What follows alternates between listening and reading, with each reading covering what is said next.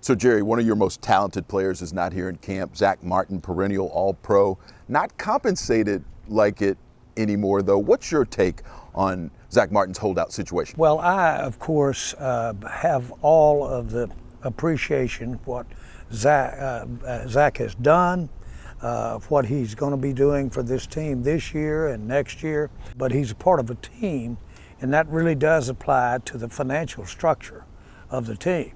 And the facts are that you couldn't just adjust every contract every year, frankly, for the players that might deserve it, because you're still playing players that didn't deserve what they're getting, and all of that has to mail out.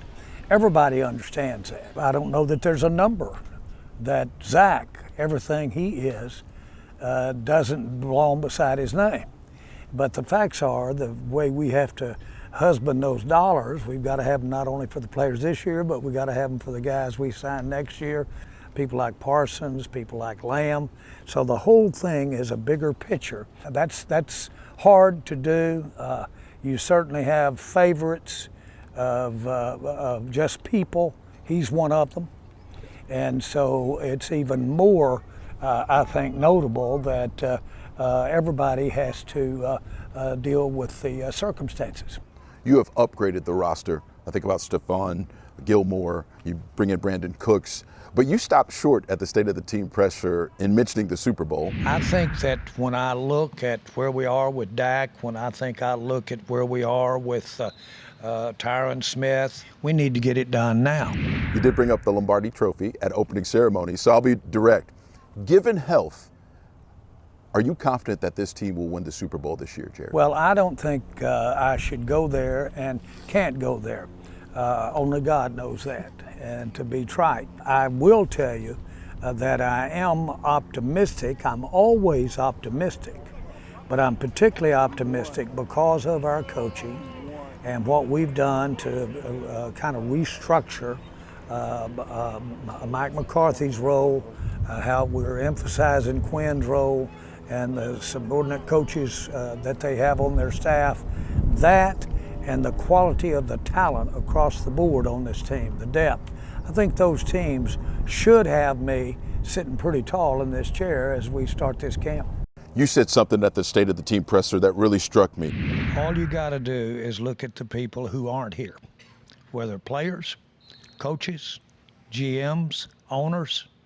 All you got to do is look back for me over 30-something years and add up the ones that aren't here. And that'll make you feel lucky to get to be here.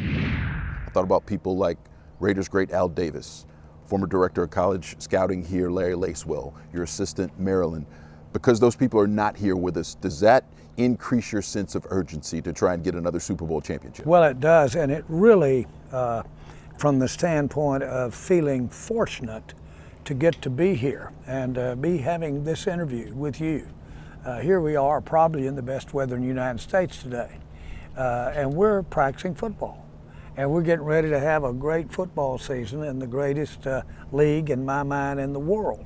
A lot of people that aren't gone on to heaven aren't here.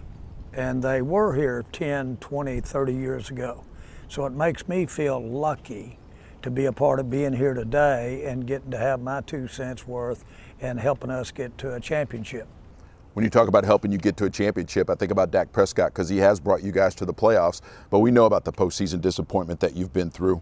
What's your confidence level in terms of Dak being able to lead you to a Super Bowl championship? I like our odds. I like the makeup of our team. If we can even get as close as we were smelling it and touching it against San Francisco, I think we can bring home the bacon. I've been with teams that certainly had the talent, and frankly, if the ball had had a little right kind of bounce, they might have been in a Super Bowl. I've been and won a Super Bowl with teams that got some lucky bounces.